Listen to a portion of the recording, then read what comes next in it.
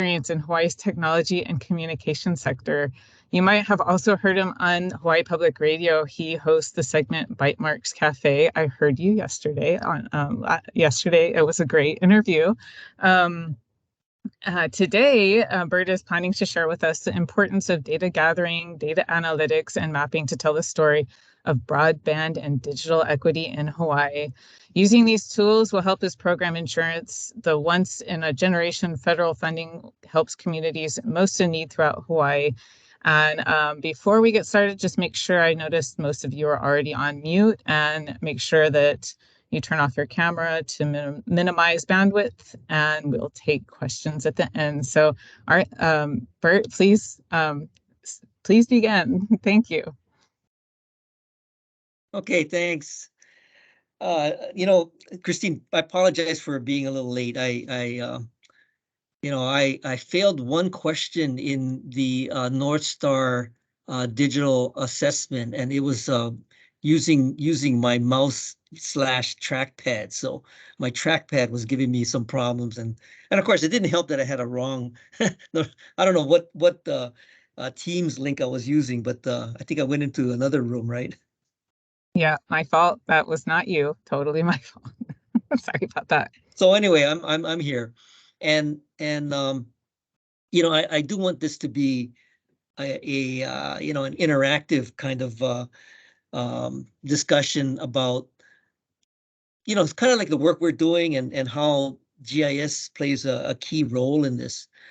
So I'll start off by saying that I've been in this position for the last 5 years, and it's evolved quite a bit. In fact, the Hawaiʻi Broadband Initiative that you referred to really doesn't exist anymore. It's now, for the most part, the Hawaiʻi Broadband and Digital Equity Office, and I've kind of tried to wrap my arms around a lot of things with respect to broadband and digital equity. And what I wanted to do is, give you a sense of the maybe a little bit of history, and then a little bit of what I have been sort of tasked to do, especially in the context of interacting with legislators, and how GIS plays a key role in telling that story.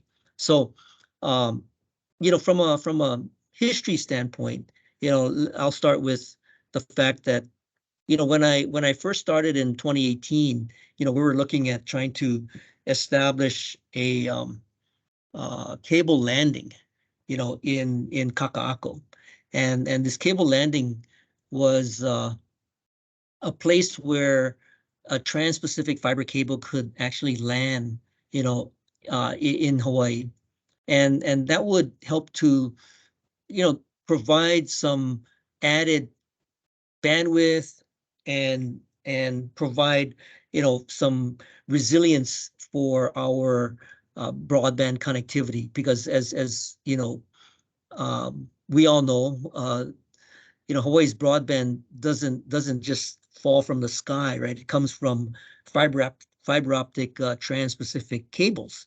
So that's what we started off looking at doing, and that was the kind of the Hawaiʻi Broadband Initiative. And then what happened over the course of 2018, 2019, and 2020 was that we were unable to actually get any funding, for that. So what happened was, it was sort of a challenge just to kind of, how do we continue this initiative, given the fact that we haven't gotten really any kind of funding? Well, what really changed a lot of the attitude toward broadband was the pandemic, and what really forced the issue was the stay-at-home order. So when the stay-at-home order was issued, this was March 2020. That's when we started to convene something called the Broadband Hui, and the Broadband Hui was an effort to bring key stakeholders and key communities, into a discussion about what are the challenges that people are facing, in the community, and what are some of the resources that might come to bear in helping to address that.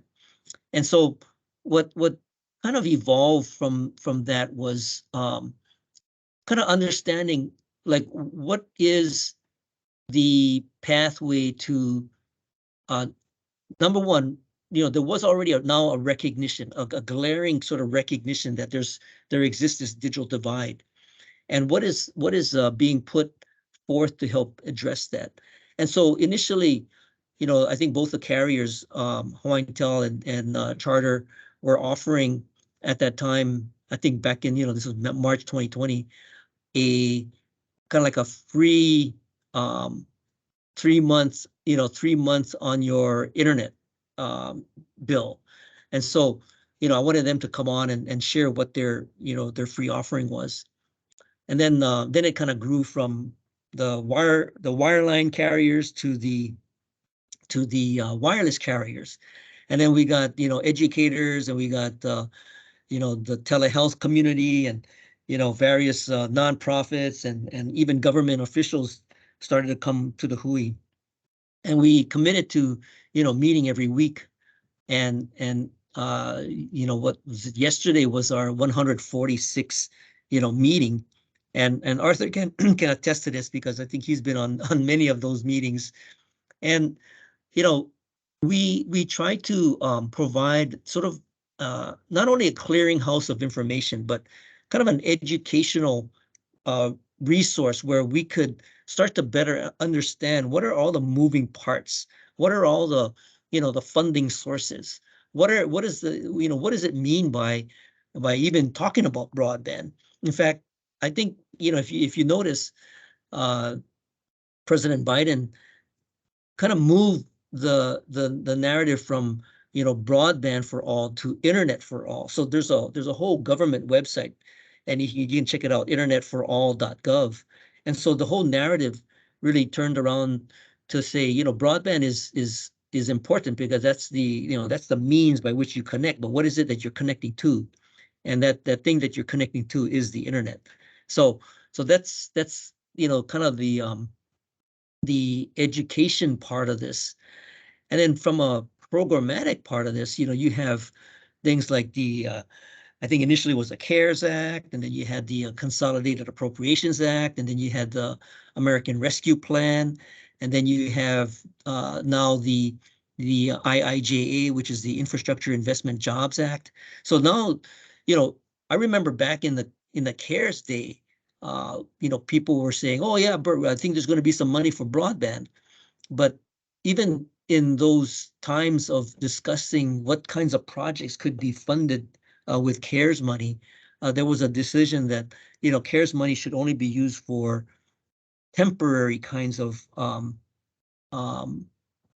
projects that would enable a group to get connected. So that's why during the CARES period there were projects that got funded, like Wi-Fi on wheels, or things like we got about $131,000 to fund an outreach effort by a nonprofit on the Big Island called Hope Services, to do some triaging of COVID for homeless communities. So again, that's an example of how going through the program, understanding what the definition of the use of money was, and ultimately what ended up getting funded.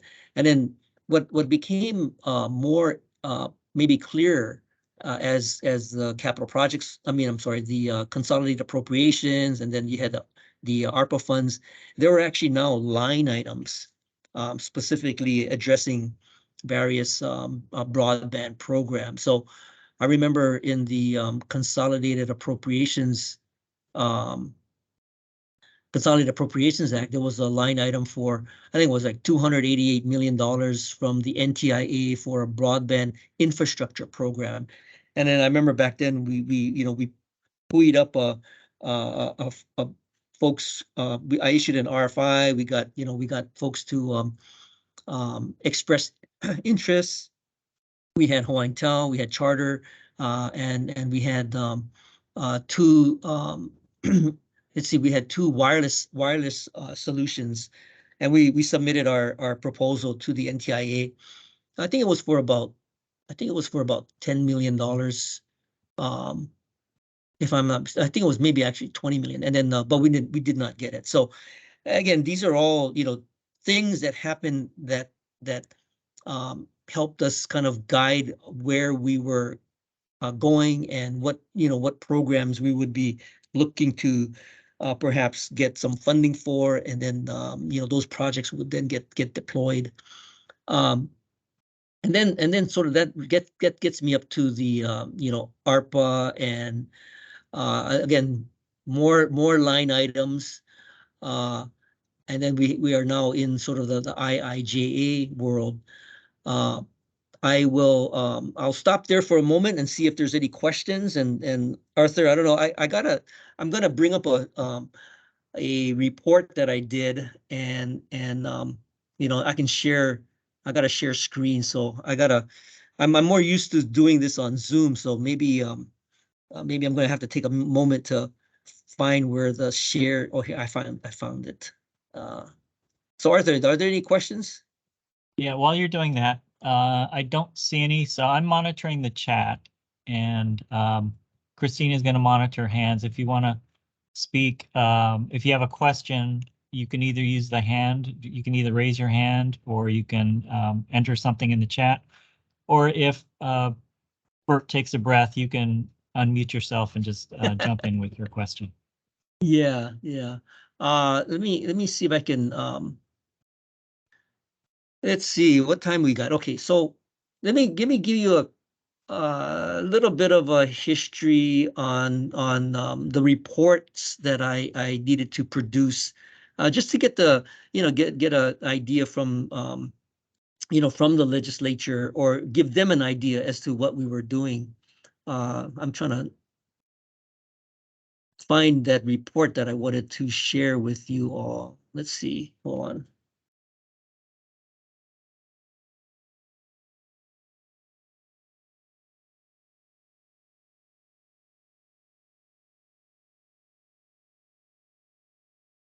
I'm sorry, I'm a little unprepared here, but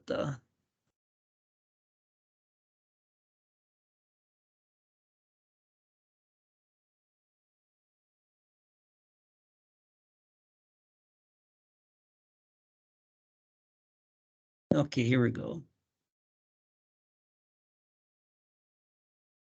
Okay.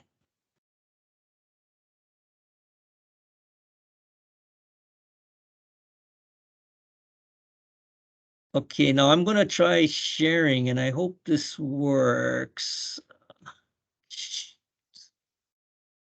I can't find the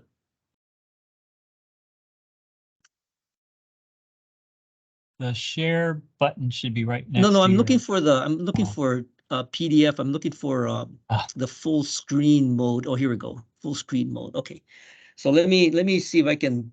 I'm in the screen. I'm in the share content. Let's see what it does. What are you seeing right now? Yeah, we're seeing the broadband who we report to legislature. Okay. So good. I've gotten that far.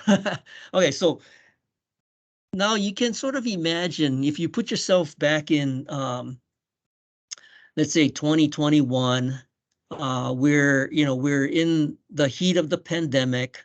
We are looking at understanding what are some of these federal programs that are coming along to Hawaii, and how do we make the best use of that, and how do we kind of engage with the community in doing any of this work. So in January of 2022, I produced this report that outlined, or maybe just gave people a sense as to what happened over the course of 2021. So let me let's see if I can scroll to this guy. Okay, so I mean, if anybody's interested, I'm happy to send this to you. But you know, my first attempt at trying to describe, you know, what are we doing in the course of the year, right? And prior to this, you know, the Broadband Hui got together, we actually produced something called the Digital Equity Declaration. And so the Digital Equity Declaration, that was done in 2021. I'm sorry, at the end of 2020. And then in 2021, we were able to have the Digital Equity Declaration help to inform, you know, some legislation about digital equity. And then we actually helped to establish the Digital Inclusion Week, which took place. And so that was kind of like what we reported back during the year of 2020. And then this one is more of a highlight of what, you know, what we did during 2021. And so, like I said, you know, anybody's interested, you know, I'm happy to share this. I kind of bulleted out the digital equity office, you know, coordinating on funding opportunities. You know, we've got advocacy for broadband digital equity for all, and that kind of came right out of our digital equity declaration, where all stood for access, literacy, and livelihood, and then developing projects and synergy across the community, and then communications and outreach. And then I mentioned some of the projects that came out of, you know, the Hui. You know, we did a telehealth project using CARES money. You know, there were Wi-Fi on wheels projects. There were things like the Kupuna digital inclusion roadmap. Oops. And then I did this a Sankey map of, you know, some of the different subgroups. You know, we had policy, devices, digital literacy, access, telehealth, on the left-hand side, and then you know, these are some of the projects that resulted from work in policy, or work with, you know, getting devices into people's hands, or, you know, what are some of the digital literacy activities that took place. So this sort of Sankey helped to describe, you know, all those activities. And then you know, we produced a report in sort of preparation for digital equity, that sort of highlighted what are some of the assets within digital equity, and we called it the digital equity ecosystem. And we've got a handout that we printed in hard copy so people can take it home with them and read it. And it became quite a I guess a well-recognized document out of Hawaii that other groups nationally took recognition of. And then that's basically it. Okay, so that was let's see, how do I stop sharing here? Arthur, where's the stop share? Is this it? No. Oh, okay, I got it. Okay, so that was the report that I did back in 2022, which basically reflected what was happening in 2021. And then let me kind of like fast forward to January of 2023, and I think this is where we'll get into a little bit more of, you know, where GIS plays a kind of a key role. So let me maximize this window here. Hold on. So Burt, as you're doing that, I have a question. So Sure, when you talk sure. about equity, access, and the all acronym, who are your target groups for Yeah, good question. Or who is Yeah. disenfranchised right now that you're targeting? Right. So when we embark on the digital equity plan, you know, a lot of it is sort of defined by the federal government, and the federal government puts out something called the Notice of Funding Opportunity, and via the Notice of Funding Opportunity, or also called the NOFO, it pretty much spells out what the covered populations are. And so covered populations can be communities that include low income, it could be rural communities, it could be communities that are the veterans, could be kupuna, it could be incarcerated, it could be people with disabilities, and people that are, let's say, English as a second language. And it also looks at indigenous communities like, Native Hawaiian. So those are kind of our definition, and that's based on what the federal government has defined as covered populations, for the work that we do in the digital equity plan development. Does that sort of answer your question? Yeah, it does. I think it's just sort of as a understanding what you mean by digital equity, where we're going with digital equity. Okay, so now from a historical standpoint, right? We're fast forwarding. We've gone through kind of my little presentation for 2021, and then now we're into 2022, and we're doing a bunch of stuff, right? We're trying to figure out, where is some of these programs, money, what are we aiming for, or what are we putting our focused attention on? And during the course of 2022, I had issued a RFP for broadband infrastructure master plan, and also put out something for a professional service for engineering and design for a carrier neutral cable landings. And at that point, we were looking at 4 on each of the major islands. So 1 on each of the islands. And then we're looking at doing some data mapping and analysis to support some of the like this Senate concurrent resolution, which asked us to do mapping for underserved areas. And then I made mention of this broadband infrastructure grant program, which resulted in, or came as a result of Act 225 back in 2021. So these were some of the things that we issued, but we went all the way to the point of issuing the RFP and issuing the professional services, and actually got to a point of selection, but we never got any funding to actually do those projects. So we're still kind of in this mode of having some sort of projects be proposed, but we're not able to actually get the funding to move the needle on doing an infrastructure master plan, or doing engineering and design for carrier neutral cable landings.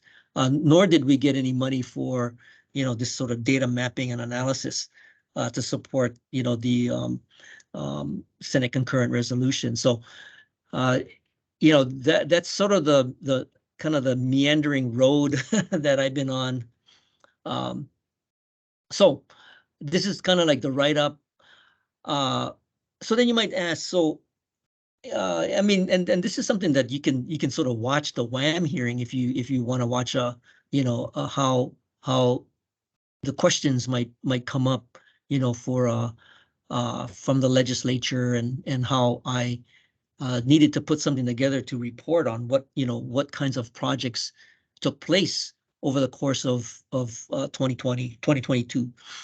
So I am in the year 2022. I'm still one guy. I'm still convening the broadband Hui, and the broadband Hui is really taking ownership of a lot of projects. So they take it upon themselves to do stuff. So I figured, well, to answer some of the questions that the legislators have, I wasn't able to get any money. So what can I report on? Well, I can report on some of the things like under this project summary, we have the Kupuna Collective and their resources that they produce. I showed you the digital equity ecosystem map.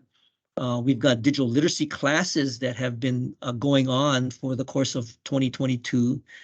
We've got a study that we're able to do as a result of some funding from the National Governors Association that looked at the digital skills gap in the workforce. And then I put together a grant submittal for the NTIA, which is part of the NOFO that I mentioned. This was funded through the IIJA, and it was to do the digital equity plan. So that had a due date, and so I put that together and got that submitted. And then, of course, we did Digital Inclusion Week. It's the second time around we're doing that. And we built some community networks and continue to work on helping to get people signed up for the Affordable Connectivity Program. And then in preparation for a couple of FCC grant programs, I issued 2 RFIs, one for a ACP grant outreach program and another one for a pilot program called Your Home, Your Internet. And you might wonder why did you do the RFI? The RFI was to help at least identify who's out there willing to do these projects from a procurement standpoint, and then I could help pull that together, aggregate them, and submit them to the FCC as an aggregate for the ACP Outreach Grant Program and the Your Home, Your Internet pilot. So that's some of the project summary. And then you saw this. It was continued to be recognized, so I figured I'd put that in there. Here's where the GIS and the story maps and the interesting kind of activities start to be more meaty. And Arthur helped to kind of like well, actually, Arthur, were you involved with this one, or was this pretty much Ka'ala Souza? But he was able to accomplish. Yeah, not me. Okay. So he was able to map, at least on his website, Digital Readiness, that he was doing 1,000. He did 1,000 participants in his class over the course of 2022, and then on the right hand side is the list of all the places that he held classes at. So he did this across the entire state, as you can see where he dropped pins. And this is an important message for the leadership that was asking me the question. They say, so where are these places? And so I was able to show them. And this was thanks to Ka'ala putting together this map showing where he was going. And then so we had stuff like classes for Kupuna, and then we had Digital Inclusion Week, and then community networks. So what I think helped the legislators understand, like, so you talk about all these things, but where is this all taking place? So this is something that Arthur helped me put together, where we were working on these community networks that were your sort of atypical connectivity solutions. They were not your last mile kind of solution where you have fiber to the home. They were more like, how do you get internet to a kauhale or let's say a community of tiny homes, or even a homeless population that, in the case of Puhonua Waianae, moved from the boat harbor over to a property up the Waianae Valley Road, and so these are not atypical, but it's one thing to talk about them, it's one thing to show them on a map. So I wanted to pull that together. And again, these are not state funded. These are all funded through philanthropic, means and resources. These are some of the locations that were identified on the Big Island, as well as Maui and Molokai. So again, this helps to really visually tell the story of what Burt, the question is, what have you done? What have you done over the course of 2022? And I would say, well, I didn't do all of this myself. This is all what's being done by the community as a result of what we've kind of pulled together with the Broadband Hui.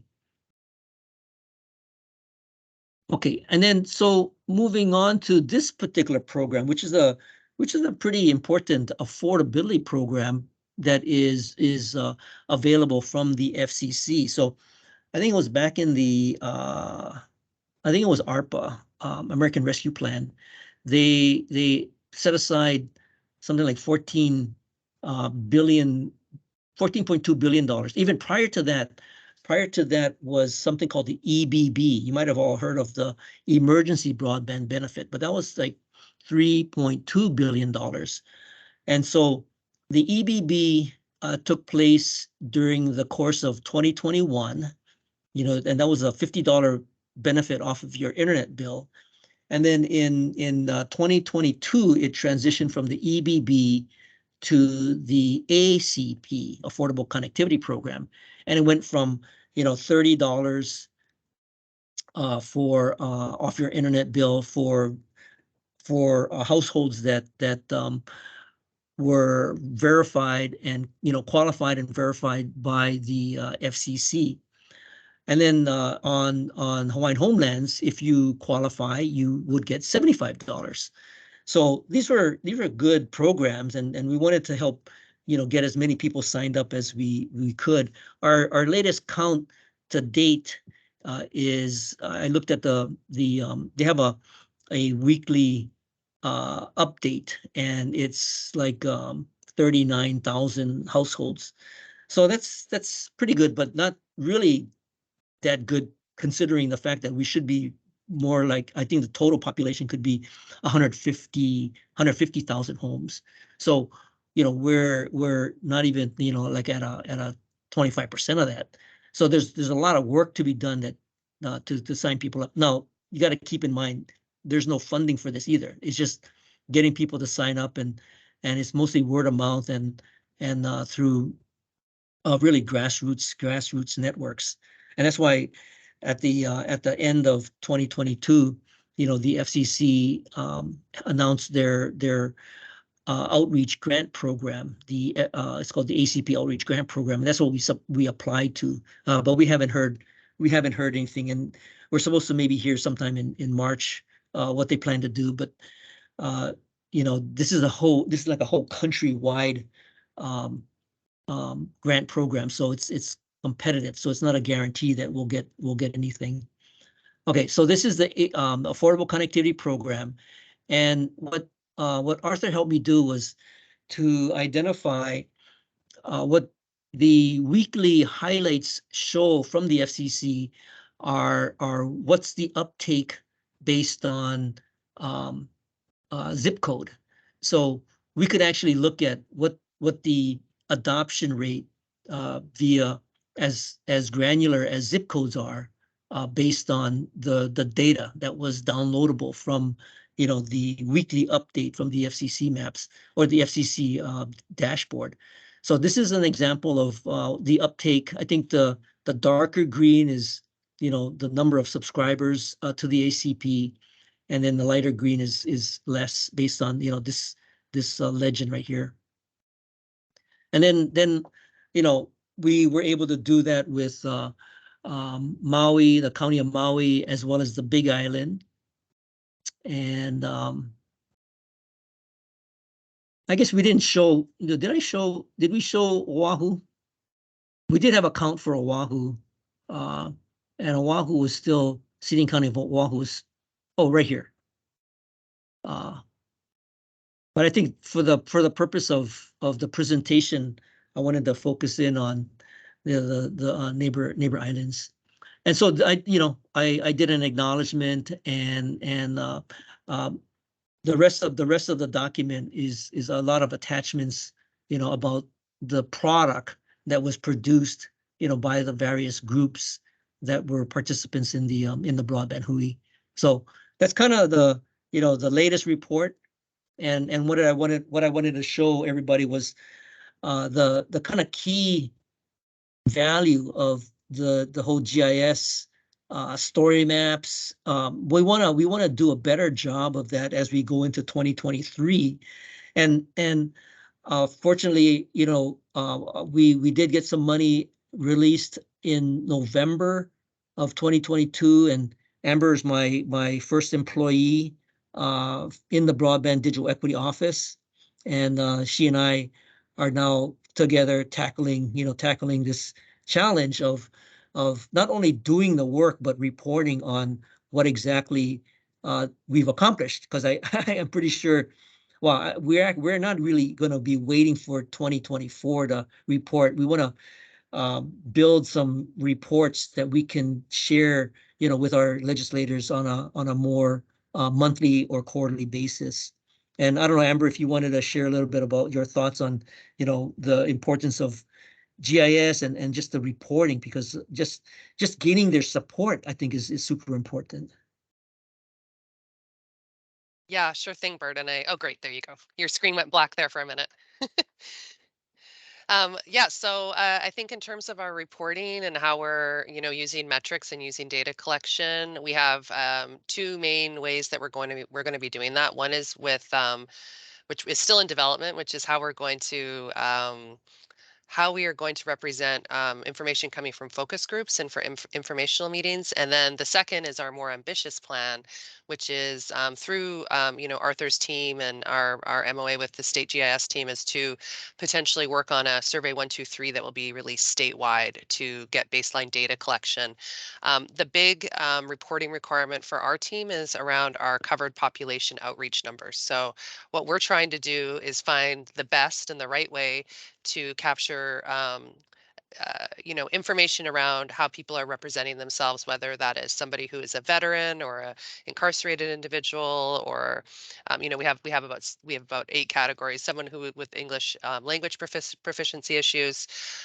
So we are still looking at how to do that. We have a couple of models we've used from Hawaii County that we're going to kind of pivot off of, but we are right in development right now, and we're very open to any feedback from other folks here on the call that might have lessons learned or something to share with us. And we're really, really excited and really grateful for Arthur and his team's support to get us going and to especially get our hub site started. So we are going to start working on infilling that wireframe and having something that we can share with the communities. We do think that the hub site is going to be really effective because because as you all know, it has the mapping tool in it. One of the key points of interest that community members have around the work that we do is to look at their actual physical home location and to verify what kind of service they have available at their own house. So we really see that as kind of our carrot or our sell with community outreach. Is we can share this mapping tool, which is great, just data collection for us, but individual households can look up the location of their home and see what the internet service providers or the ISPs are saying is available in their household or in their community, and then they can kind of just have that knowledge to move forward to say, well, whether they're getting that service or not. And that's the big question that's going to be answered through our work is, are the underserved rural communities, covered populations, are they receiving access to broadband that is sufficient enough for them to, pursue education, telehealth, and employment opportunities? Yeah, and the key point too is that as sort of like the sole kind of like representative of what's happening with broadband and digital equity, I get the honor of going in front of the senators and with our Ways and Means Committee to answer almost any question under the sun about broadband and digital equity. But clearly, there are other parties involved, and one of which is the University of Hawaii. So they're very much in the sweet spot of broadband infrastructure, and I think our sweet spot is going to be digital equity. And so what we're looking at, how do we build the right kind of tools, the right kind of data sets that help to understand, where are these pockets of communities that could benefit from digital equity programs. And one example would be, Arthur helped to provide us the maps based on the ACP by zip code. But then if you start to overlay, if we can get the CEP schools, they're all like the free and reduced lunch. They are all qualified almost automatically to the ACP. But where are those schools? So if there's a map that just shows an overlay of those, there's a opportunity to perhaps, if there's a way to get a census to the ALICE populations, or maybe even the SNAP SNAP. I know there's privacy issues around getting down to the household level, but are there ways to understand where the concentration of maybe SNAP recipients are? Can we overlay that? And then what would be also very, very beneficial to legislators is, can we overlay districts onto the map so that as we start to show some of the programs that are being deployed in respective legislators' districts, we can engage them in supporting our effort, because they're sort of chiding me during the WHAM hearing, like, oh, Burt, you're doing all this ACP work, and is it all the participants, are they all coming out of Kahala? And it's like, no, they're not coming out of Kahala. I mean, and they were teasing me because they were like, oh yeah, we're just teasing because that's Stanley Chang's area, right? And I said, well, no, we're not. And then and here's the map. So I gave them the map to show that we're not focusing all our efforts in Kahala. So, but that's kind of the nature of the interaction that we have with legislators. And if we can do a report, if we can do it on a regular basis, if it's founded in good data, I think it would be super, super helpful. Arthur, Christine, any questions? Happy to take them from the audience. Yeah, sure. I see one. Mazad's just asked, how would people who may not have internet access respond to a web-based survey?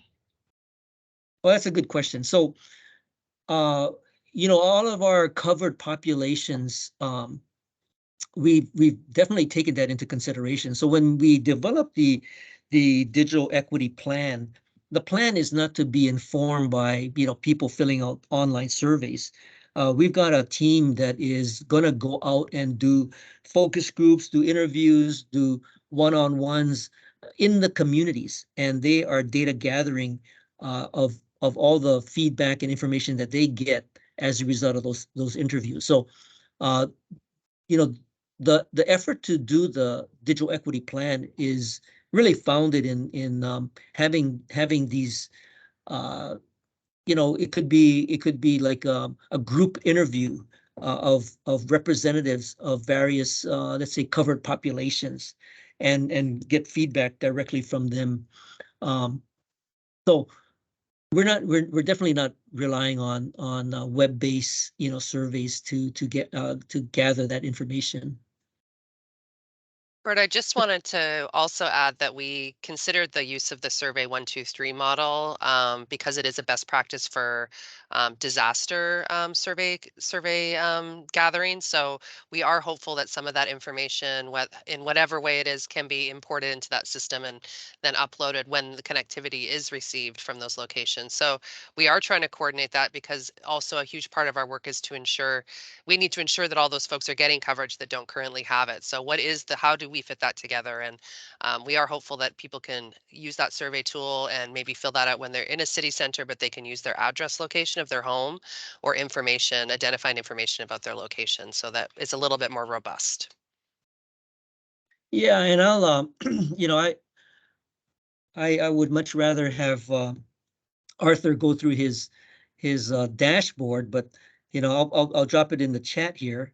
And this dashboard has been something that also kind of came out of the broadband Hui conversations, and it resulted in collaboration with a fellow on the Big Island, Brad Bennett, who was really part of the Hui. He created a subgroup around mapping and data gathering, and I'll drop the survey that he's done, and the information from this survey is what helps to inform the map that I just dropped in the chat prior, and that's something that Arthur helped to develop. So it's a dashboard, and again, the survey that Brad has been getting out into the communities, and this is statewide, helps to inform that map. I see a question from Julianne. What exactly does the FCC data provide? Is it point data on households that currently have internet? What other details. Okay, so a couple things. So there's a couple questions that I'll try to answer here. One is the point data that they have for the ACP at least is by zip code. So we have that kind of information. There's another broadband. Yeah, maybe I should drop that link in the chat as well. I'll look for it while I'm talking. The FCC also made available their public map that shows. Let's see, where is it?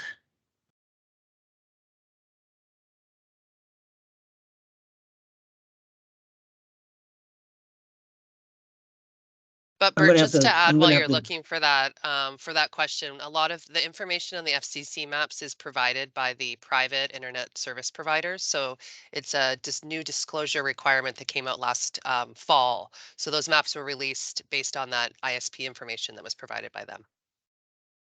Right. And so maybe while I'm looking for the map, but oh, I know where it is. So the FCC, because of the programs that are being rolled out, they are requiring the carriers, and the carriers being the cable company as well as the telephone company, to actually let people know where their service exists and to what degree. And what is what is going to be done with that data is that the FCC have produced maps that have two elements. One is availability, and that's okay. So where does Hawaiian, where does Charter have fiber, or what do they have in this particular area? And then the other element of the FCC map is what they call the fabric, and these are referred to as broadband serviceable locations. And so that you can think of them as homes or structures that would be a serviceable location. So I put together this page, and you're more than welcome to check it out. The FCC announced, back in November of 2022, public access to their high resolution data availability maps. So this was a public version of the FCC map that you can actually drill down to your address.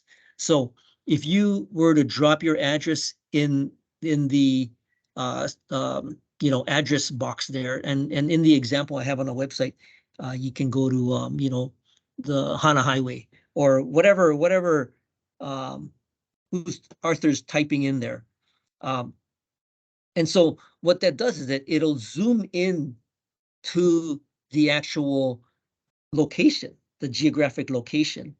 And if you click on any of the dots, and this is where, I shared this with the legislators, and I encourage them to, have their constituents go in and check if their home is depicted on this map. And then, but this is where, it gets, I guess maybe a little time consuming for the participant, but you gotta click on the green and then verify whether the data that shows up is in fact accurate. And the Big Island folks have really kind of leaned into this and done a fair amount of analysis on this particular page, and came up with the fact that there was about 30% wrong data in this. So the FCC has a challenge process, and the challenge process, is meant to help improve the map. The other thing that is kind of I guess a kind of a concern, but the money that is supposed to come to Hawaii for the BEAD program is based on, the number of unserved locations, I guess divided, and this is nationwide, divided by the number of served locations. So, the more unserved locations you can show, the more money you would potentially get for, the BEAD program. So it kind of makes a lot of sense that, the data is as accurate as possible. So there's been quite a bit of dialogue, across the country about the validity of the maps.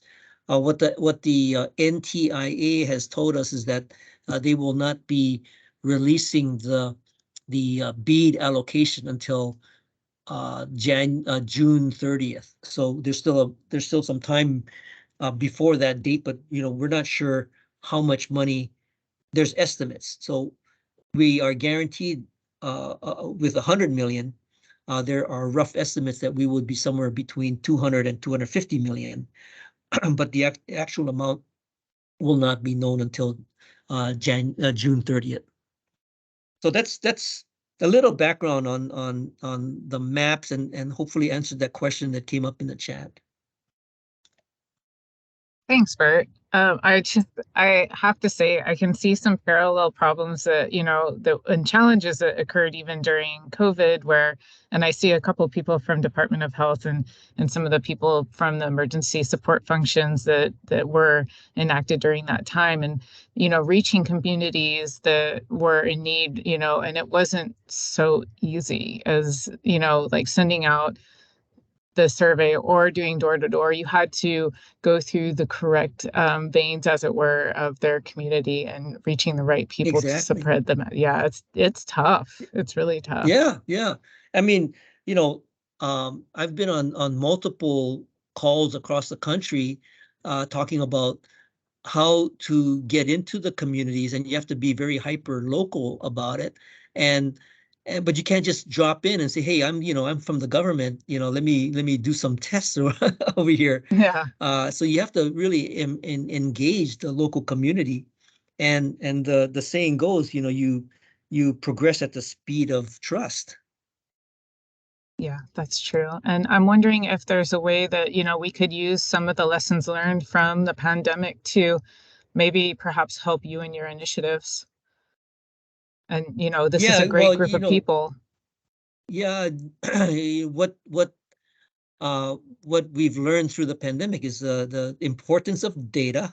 And Arthur knows, because even before this, I was advocating for open data and the importance of data. And Arthur's been a great help, just trying to bring some of the GIS resources to bear on this story that we're trying to tell. It's becoming more critical now because legislators are involved and reports are needing to be generated. So, I'm trying to figure out how do I get split Arthur up into multiple people, and have some dedication on some of this digital equity reporting. But we got Arthur in Office of Planning. We got Reed, the folks in Reed. We can probably pull some data from them. So right now, between Amber and I, we're sort of trying to figure out like what are the important data sets that we want to try to gather, and then how do we start to form these reports, and any input that this group can provide in terms of the best way to tell that story would be very, very useful, very, very helpful. Yeah, that'd be great. One more question from John Shear in the chat. He's asking, do you coordinate John with the Shear, Department how's it going, man? the Department of Health equity that's being established? But yeah, John was very proactive, excellent work he did during the pandemic. I don't know if the man sleeps. So John, why don't you just go on, go off mute and ask me your question. Yeah, sorry, Burt. Great to hear from you. Yeah, so there's a new Office of Health Equity that's being established at DOH, and a lot of the issues you're talking about, and as Christine was mentioning, you can't, separate these issues. You're trying to reach these people with information about boil water or anything during a disaster, and there's this assumption that people are just going to go on social media and find the information, and if they don't have access digitally, you're not going to be able to get them the help info That's they right. need. So I just didn't know if you'd coordinated it all with them, or have because it might be another funding stream that's out there, because they are doing grassroots work and other types of stuff, where working with CBOs where they could, it might support both efforts. Well, that's a great question.